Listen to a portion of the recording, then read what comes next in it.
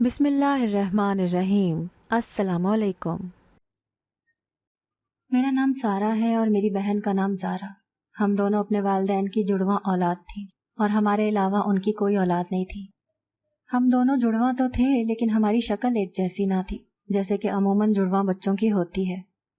پہل تو ہم دونوں کو دیکھ کر کوئی نہ کہتا کہ ہم جڑواں ہیں، کیونکہ ہم شکل نہ تھے، لیکن جب کوئی ہمیں جاننے لگتا تو مان لیتا کہ ہم جڑواں ہی ہیں، کیونکہ ہماری عادتیں بالکل ایک جیسی تھیں۔ نہ صرف عادتیں بلکہ پسند ناپسند بھی بالکل یکساں تھی۔ ہم پڑھائی میں بھی ایک جیسے تھے، ایک کلاس میں پڑھنا، ایک جیسے دوست، ایک جتنے نمبر حاصل کرنا اور ایک جیسے مضامین کو پسند کرنا، یہ سب ہماری روزمرہ کی زندگی کا حصہ تھا۔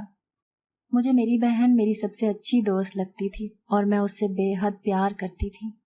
ہمارے والدین بھی ہم دونوں پر جان چھڑکتے اور ہمارا گھرانہ ایک مثالی گھرانہ مانا جاتا تھا۔ ہاں، لیکن ہم اپنے رشتہ داروں سے زیادہ نہ ملتے تھے، نہ جانے کیوں، لیکن میرے والدین رشتہ داروں سے ملاقات کم ہی کرتے، اور اگر کوئی ہمارے گھر آتا بھی تو سلام دعا کے بعد ہم بہنوں کو کمرے میں بھیج دیا جاتا۔ یہی وجہ تھی کہ خاندان کا کوئی بھی بچہ ہمارا دوست نہیں تھا۔ میرے لیے میری بہن سب سے اچھی دوست تھی اور باقی دوستوں کی کمی میری اسکول کی دوستیں پوری کر دیتی تھیں۔ میں خود کو بہت خوش قسمت سمجھتی تھی کہ میں اتنے اچھے والدین اور بہن کے ساتھ خوشحال زندگی گزار رہی ہوں، اور سونے پہ سہاگا میری اتنی اچھی دوستیں بھی ہیں جو مجھ پر جان چھڑکتی ہیں۔ میری اور میری بہن کی کبھی لڑائی نہیں ہوئی تھی، اور یہ دیکھ کر اسکول کے باقی بچے اور یہاں تک کہ ہمارے ٹیچرز بھی حیران رہ جاتے تھے، کیونکہ عموماً بہن بھائیوں میں چھوٹی موٹی لڑائی تو ہوتی ہی ہے، لیکن مجھے یاد ہی نہیں پڑتا کہ ہوش سنبھالنے سے لے کر 8ویں جماعت تک میری اپنی بہن سے لڑائی ہوئی ہو۔ 8ویں جماعت کے بعد تو خیر میری زندگی ہی بدل گئی، اور وہ سب کچھ ہوا میری زندگی میں جو اس سے پہلے کبھی نہیں ہوا تھا، اور نہ کبھی میرے وہم و گمان میں تھا کہ میرے ساتھ یہ بھی ہو سکتا ہے یا میرے ساتھ یہ سب ہو جائے گا۔ بلکہ صرف میرے ساتھ کیوں، میری بہن کے ساتھ بھی زندگی نے بہت گندا مذاق کیا تھا، ایسا مذاق کہ جس نے میری بہن کی زندگی برباد کر دی اور اس کی ہنستی بستی زندگی مرجھا کر رہ گئی، اور اس کے خوابوں کو اس کی آنکھوں سے چھین لیا گیا۔ نہ صرف اس کے خوابوں کو چھین لیا گیا بلکہ اس کی زندگی میں بہتری کی امید اور روشنی کے بجائے بربادی کے اندھیرے تھما دیے گئے، تاکہ وہ کبھی بھی امید کی کرن کو تھام کر زندگی کے ان مسائل سے نکلنے کی کوشش ہی نہ کرے۔ افسوس کی بات تو یہ ہے کہ میری بہن کے ساتھ اتنا کچھ ہو گیا لیکن مجھے اس کی خبر ہی نہ ہوئی، اور جب خبر ہوئی تب میں نے اس بات کا پکا ارادہ کر لیا کہ میں اپنی بہن کی زندگی میں امید کی کرن بنوں گی اور اس کی زندگی کو روشنیوں سے بھر دوں گی، اور میں ایسا کر بھی گزری۔ شاید یہی وجہ تھی کہ مجھ سے یہ ساری باتیں چھپائی گئی تھیں، کیونکہ چھپانے والوں کو علم تھا کہ میں کبھی اپنی بہن کو ان مسائل میں اکیلا نہیں چھوڑوں گی، اور ہم ساتھ ہوئے تو مسائل کو ہرا ہی دیں گے۔ یہ اس وقت کی بات ہے جب ہمارے 8ویں جماعت کے امتحان ختم ہو چکے تھے اور ہم 9ویں جماعت کی کلاسز شروع ہونے کے انتظار میں تھے۔ ان دنوں ہم بہت خوش تھے، لیکن کسی کی نظر ہماری خوشیوں کو لگ گئی اور ہمارا ہنستا کھیلتا خاندان اجڑ گیا۔ میری والدہ ان دنوں بہت بیمار رہنے لگی اور دیکھتے ہی دیکھتے 1 ماہ کے اندر اندر وہ اللہ کو پیاری ہو گئی۔ نہ جانے انہیں اچانک سے کیا ہو گیا تھا۔ ڈاکٹرز نے ان کے لاتعداد ٹیسٹ کیے تھے لیکن انہیں کوئی بیماری نہ تھی۔ ڈاکٹرز کہتے تھے کہ یہ سب کچھ ٹینشن کا نتیجہ ہے، لیکن ہمیں سمجھ نہ آتی کہ یوں بیٹھے بٹھائے میری والدہ کو کیا ٹینشن لگ گئی جو وہ یوں بستر سے لگ گئی ہیں۔ پتہ نہیں کیوں، لیکن جب ڈاکٹر میری والدہ کی بیماری کو ٹینشن سے جوڑتے تب میرے والد آپے سے باہر ہو جاتے اور ڈاکٹر کو برا بھلا کہنے لگتے۔ پہل تو مجھے اس غصے کی وجہ سمجھ نہ آتی، لیکن پھر میں سمجھ گئی کہ میرے والد کو یہ بات بری لگتی ہے کہ ان کی جان سے پیاری بیوی کا علاج کرنے کے بجائے اور بیماری کا پتہ لگانے کے بجائے ڈاکٹر اس پوری صورتحال کو ٹینشن کا نتیجہ قرار دے رہے ہیں، کیونکہ ہمارا گھرانہ تو ایک مثالی گھرانہ تھا۔ میری والدہ کو آخر ایسی کیا ٹینشن ہو سکتی تھی؟ میں اکثر اپنی والدہ سے ان کی ٹینشن کی وجہ پوچھتی، لیکن وہ بس مجھے تکتی رہتی اور چپ رہتی، یوں لگتا کہ وہ گہری سوچ میں گم ہے۔ کبھی کبھی وہ کچھ کہتے کہتے رک جاتی، گویا مجھ سے کچھ چھپا رہی ہوں یا فیصلہ نہ کر پا رہی ہوں کہ مجھے بتانا چاہیے یا نہیں۔ میں اور میری بہن اس صورتحال میں بہت اداس رہنے لگے تھے، کیونکہ ہم اپنی والدہ سے بہت پیار کرتے تھے اور انہیں اس حالت میں نہیں دیکھ سکتے تھے۔ ایک مرتبہ میرے والد نے سن لیا کہ میں اپنی والدہ سے ان کی ٹینشن کی وجہ پوچھ رہی ہوں، اور وہ مجھ پر بہت غصہ ہوئے اور مجھے کمرے سے نکل جانے کو کہا۔ مجھے گہرا صدمہ ہوا کیونکہ آج تک میرے والد یا کسی نے بھی مجھ سے اتنے غصے میں بات نہیں کی تھی۔ میں اس دن بہت روئی، لیکن میری بہن نے مجھے سمجھایا کہ میرے والد بھی پریشان ہیں، لہٰذا ہمیں ان کا ساتھ دینا چاہیے اور ایسی باتیں نہیں کرنی چاہیے جن سے وہ پریشان ہو۔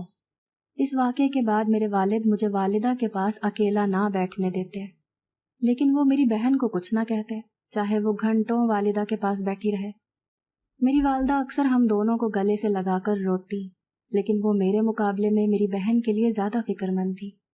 میں اس کی وجہ تو نہ سمجھ سکی، لیکن مجھے ایسا محسوس ہوا جسے میں نے اپنا وہم سمجھ کر نظر انداز کر دیا۔ آج سوچتی ہوں کہ کاش اس بات کو نظر انداز کرنے کے بجائے اپنی والدہ سے زور دے کر ان سے وجہ دریافت کر لیتی، تو زندگی میں اتنے سال یہ سب نہ دیکھنا پڑتا جو دیکھا، اور زندگی بہت بہتر طریقے سے اور خوشیوں کے سنگ گزرتی۔ لیکن جو ہونا ہوتا ہے وہ تو ہو کر ہی رہتا ہے، اور وہی ہوا۔ میری والدہ کا 1 ماہ کے اندر انتقال ہو گیا۔ ہم سب پر تو گویا قیامت ہی ٹوٹ گئی، لیکن اس وقت مجھے اندازہ نہیں تھا کہ اس سے بھی بڑی قیامتیں مجھ پر زندگی میں اب ٹوٹنے والی ہیں۔ ان غم کے دنوں میں بھی ہمارے بہت سے رشتہ دار ہمارے ساتھ موجود نہ تھے، بلکہ وہ لوگ مہمانوں کی طرح آتے اور فاتحہ کے بعد چلے جاتے۔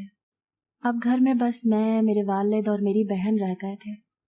مجھے اور میری بہن کو تو گھر کے کام بھی نہیں آتے تھے، لیکن اب چونکہ ہم لوگوں کے ساتھ یہ حادثہ پیش آ چکا تھا تو ہمیں ہی گھر کو سنبھالنا تھا، لہٰذا اب ہم دونوں آہستہ آہستہ گھر کے کاموں کو سنبھالنے لگے، اور پورا گھر ہم دونوں نے چند ہفتوں میں مکمل طور پر سنبھال لیا۔ ہم اچانک ہی خود کو بہت بڑا اور ذمہ داریوں میں گھرا ہوا محسوس کرنے لگے۔ سمجھ نہ آتا کہ ہم بہنوں میں سے بڑا کون ہے، میں یا وہ۔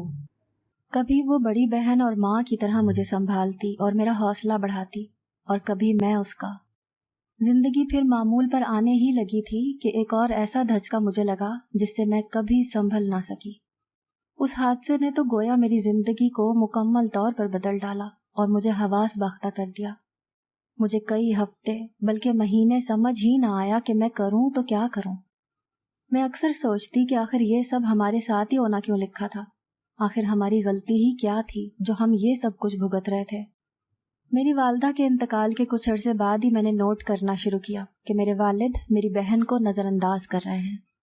وہ اکثر میرے لیے چیزیں لاتے، لیکن اس کے لیے کچھ نہ لاتے۔ کبھی میری بہن ان سے بات کرتی تو وہ اٹھ کر چلے جاتے، اور کبھی کبھی وہ میری بہن پر بیجا چیختے۔ اکثر وہ اس پر سختی کر جاتے۔ مجھے میری دوستوں کے گھر آنے جانے کی اجازت تھی، لیکن میری بہن سے اس اجازت کو چھین لیا گیا تھا۔ پہلے پہل تو میں اسے وہم سمجھتی رہی، لیکن رفتہ رفتہ میری بہن کی صورت مرجھانے لگی اور وہ گھر کے ایک کونے تک محدود رہنے لگی۔ تو آخرکار مجھے اپنے والد سے اس متعلق بات کرنی پڑی۔ میں نے ٹھان لی کہ میں اپنے والد سے اس ناانصافی کی وجہ لازمی دریافت کروں گی۔ آج تک ہمارے ساتھ ایسا کبھی نہیں ہوا تھا۔ میں نے اپنا فیصلہ پختہ کیا اور اپنے والد سے بات کی۔ اس دن میں اپنے والد کے پاس گئی اور ان سے کہا کہ وہ ایسا کیوں کر رہے ہیں۔ پہلے پہل تو وہ مجھے انکار کرتے رہے کہ یہ میری غلط فہمی ہے، لیکن پھر میرے اصرار پر انہوں نے مجھے کہا کہ میری بہن بد کردار ہے اور مجھے بھی اس سے دور رہنا چاہیے۔ میں ان کی بات سن کر ساکت رہ گئی۔ مجھے ان کی بات پر یقین ہی نہیں آیا کہ کوئی باپ اپنی بیٹی کے متعلق ایسی بات کیسے کر سکتا ہے۔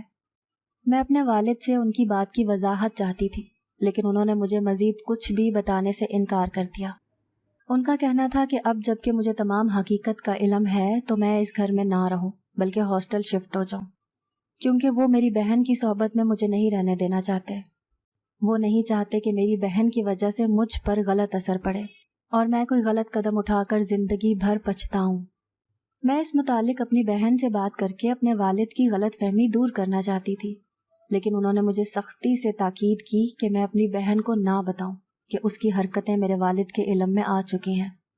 میں اس وقت حواس باختہ ہو گئی اور مجھے کچھ سمجھ نہ آیا، اور 2 دن کے اندر اندر میرے والد نے میرے ہاسٹل کا بندوبست کر دیا اور مجھے اپنی زندگی کے دن گزارنے کے لیے ہاسٹل بھیج دیا گیا۔ میری بہن اس فیصلے سے بہت افسردہ تھی اور مجھ سے بار بار وجہ پوچھ رہی تھی کہ میں کیوں جا رہی ہوں، لیکن میرے پاس سوائے خاموشی کے کوئی جواب نہ تھا۔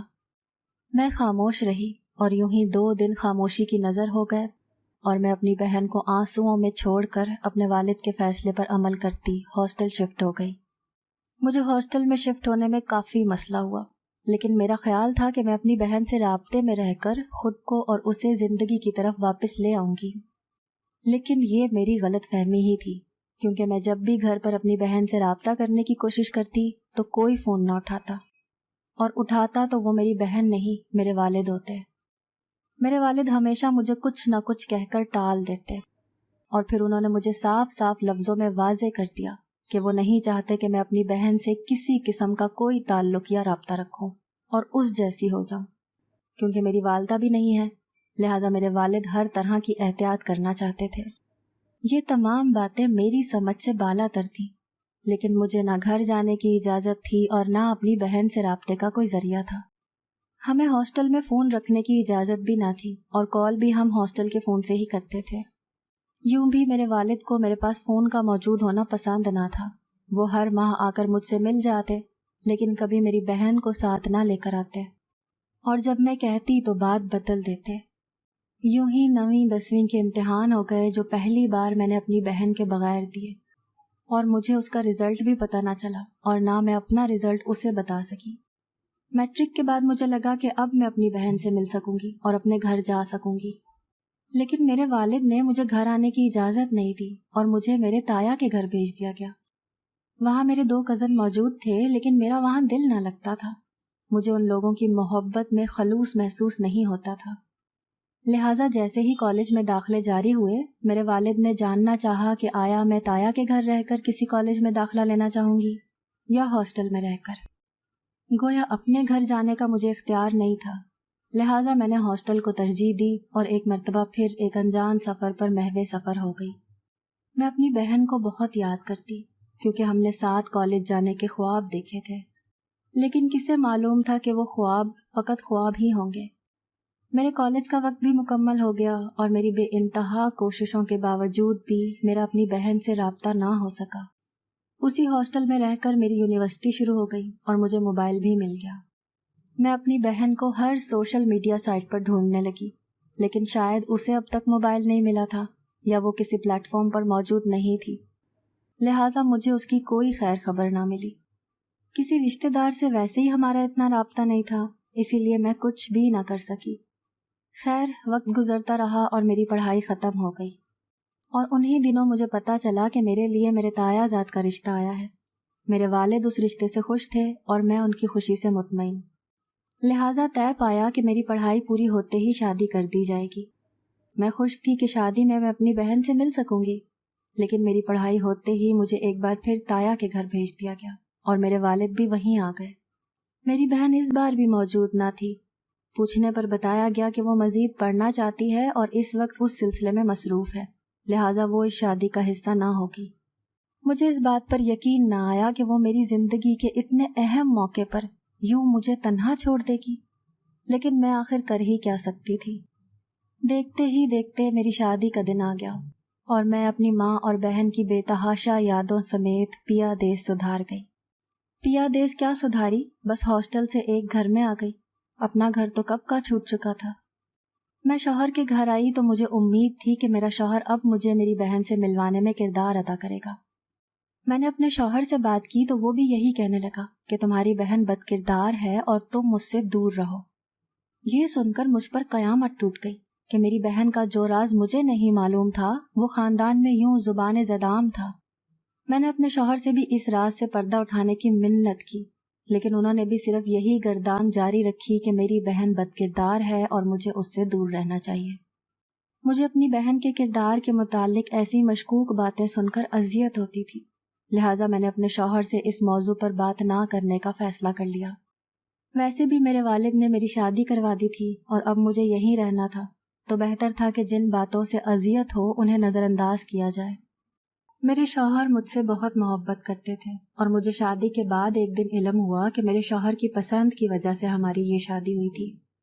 مجھے قطعی اندازہ نہ تھا کہ میرے شوہر مجھے پسند کرتے ہوں گے، کیونکہ ہم تو زندگی میں نہ اتنا ملے تھے، اور جب ملے تب بھی ہماری اتنی بات چیت تو نہ ہوئی تھی کہ میں ایسا کچھ سوچتی۔ لیکن آہستہ آہستہ میں خود کو خوش قسمت محسوس کرنے لگی۔ کہ میرے شوہر مجھ سے اتنی محبت کرتے ہیں کہ ہاتھ کا چھالا بنا کر رکھتے ہیں، اور میرے سسرال والے بھی ایسے تھے جو کسی بھی لڑکی کا خواب ہو سکتے ہیں۔ لیکن مجھے کیا اندازہ تھا کہ میری یہ خوش قسمتی صرف چند سالوں پر محیط ہے، اور صرف تب تک جب تک کہ مجھے سچائی کا علم نہیں ہو جاتا۔ یوں ہی ایک دن مجھے میرے ساس سسر کی باتوں سے علم ہوا کہ میری بہن کی شادی ہو رہی ہے۔ میں یہ سن کر شوق میں رہ گئی کہ مجھے اس متعلق کوئی علم ہی نہ تھا۔ میں نے اپنے والد سے بات کی کہ میں اپنی بہن کی شادی میں آنا چاہتی ہوں۔ وہ یہ سن کر اضطرابی کیفیت کا شکار ہو گئے کہ میں اپنی بہن کی شادی کے متعلق جان گئی ہوں۔ فوری طور پر میری ساس بھی مجھ سے پوچھ گچھ کرنے لگی کہ مجھے اس شادی کا علم کیسے ہوا اور مجھے کس کس بات کا علم ہے۔ میں سب کے رویے سے پریشان ہونے لگی، اور میری پریشانی دیکھتے ہوئے میرے شوہر مجھے میری بہن کی شادی کے دنوں میں باہر گھمانے لے گئے۔ ان کا کہنا تھا کہ وہ نہیں چاہتے کہ میں اپنی بہن کی شادی میں شرکت کروں، لیکن وہ میرا دل بہلانے کے لیے مجھے گھمانے دوسرے شہر لے گئے۔ وہاں ہمارا اچھا وقت گزر رہا تھا کہ اچانک میرے شوہر کو بہت ضروری کام کے سلسلے میں 2 دن کے لیے واپس جانا پڑ گیا۔ میں وہ 2 دن بہت اداس رہی، لیکن میرے شوہر 2 دن بعد واپس آ گئے اور ہم ایک اچھا وقت ساتھ گزار کر واپس آ گئے۔ میرے شوہر کا پروموشن ہو گیا اور اب انہیں اکثر کام کے سلسلے میں شہر سے باہر جانا پڑ جاتا۔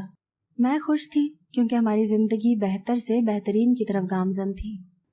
لیکن بس 2 خلا تھے میری زندگی میں، 2 تعلق تھے جو میری زندگی میں نہیں تھے، اور ان کے ہونے سے زندگی مکمل ہو جانی تھی۔ ایک میری بہن اور دوسری میری اولاد۔ شادی کو اتنا وقت گزر جانے کے باوجود بھی میں اولاد کی خوشی سے محروم تھی۔ میرے شوہر یا کسی کی جانب سے مجھ پر کوئی پریشر نہ تھا، لیکن میں خود اس محرومی کو بہت زیادہ محسوس کرتی تھی۔ میں چاہتی تھی کہ میری زندگی کا یہ خلا پر ہو جائے۔ میں اپنی دعاؤں میں رو رو کر یہی مانگتی تھی۔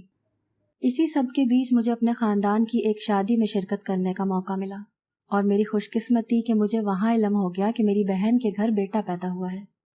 میں یہ سن کر پھولے نہ سمائی اور اسی رشتہ دار سے بہن کے گھر کا ایڈریس لے کر اس کے گھر جانے کا فیصلہ کر لیا۔ ایک بات جو عجیب تھی وہ یہ کہ میرے ددیال والوں کو میری بہن کی شادی میں دعوت نہ دی گئی تھی۔ جن رشتہ دار خاتون نے مجھے میری بہن کی خبر دی، انہوں نے ہی مجھے یہ بات بتائی اور یہ شکوہ بھی کیا کہ ننیالی لوگوں کو میری شادی میں شرکت کی دعوت کیوں نہ دی گئی۔ میں نے انہیں بتایا کہ میری شادی میرے تایا کے گھر ہوئی تھی اور میرے ننیال والے وہاں نہیں آ سکتے تھے، شاید اسی لیے۔ لیکن میں الجھ گئی کہ آخر ایک بہن کی شادی میں صرف ددیال اور ایک کی شادی میں صرف ننیال کو دعوت دینے کی آخر کیا وجہ تھی۔ پہلے سوچا اپنے والد سے پوچھوں گی، لیکن پھر بہن سے ملنے کی خوشی نے اس تجسس کو دبا دیا اور یہ بات پھر کبھی جاننے کا فیصلہ کیا۔ اگلے دن سوچا بہن کو پہلے فون کر لوں، لیکن پھر اسے سرپرائز دینے کا سوچا اور بغیر کسی کو بتائے اس کے گھر مٹھائی لے کر چلی گئی۔ میرے شوہر ویسے بھی شہر سے باہر تھے اور باقی سسرال والوں کو کہا کہ میں اپنی دوست کی طرف جا رہی ہوں، لیکن مجھے کیا خبر تھی کہ بہن کے گھر جا کر مجھے کیا دیکھنے کو ملے گا۔ بہن کے گھر جا کر میں نے جیسے ہی دروازہ بجایا تو ملازمہ نے دروازہ کھولا اور میں اندر گھستی چلی گئی اور اپنی بہن کے کمرے میں جا پہنچی۔ اتنے سال گزرنے کے باوجود مجھے میری بہن کا گھر اپنا گھر لگا اور مجھے کوئی ہچکچاہٹ محسوس نہ ہوئی، لیکن میں جو ہی اس کے کمرے میں گئی میری دنیا الٹ گئی۔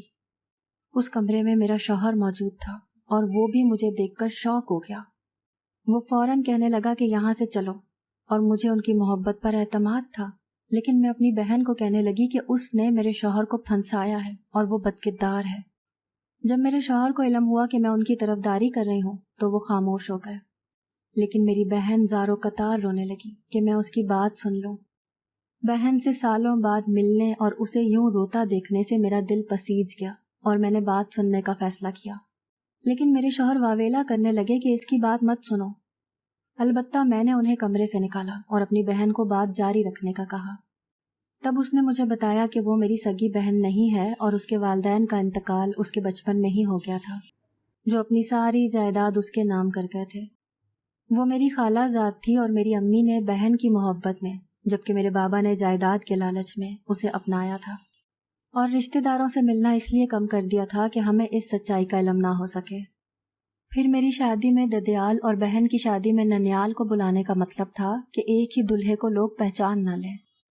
جب میری والدہ کا انتقال ہوا تو میرے والد کا رستہ صاف ہو گیا اور انہوں نے مجھے گھر سے دور بھیج کر میری بہن پر ٹارچر کیا تاکہ وہ ان کی بات مان جائے۔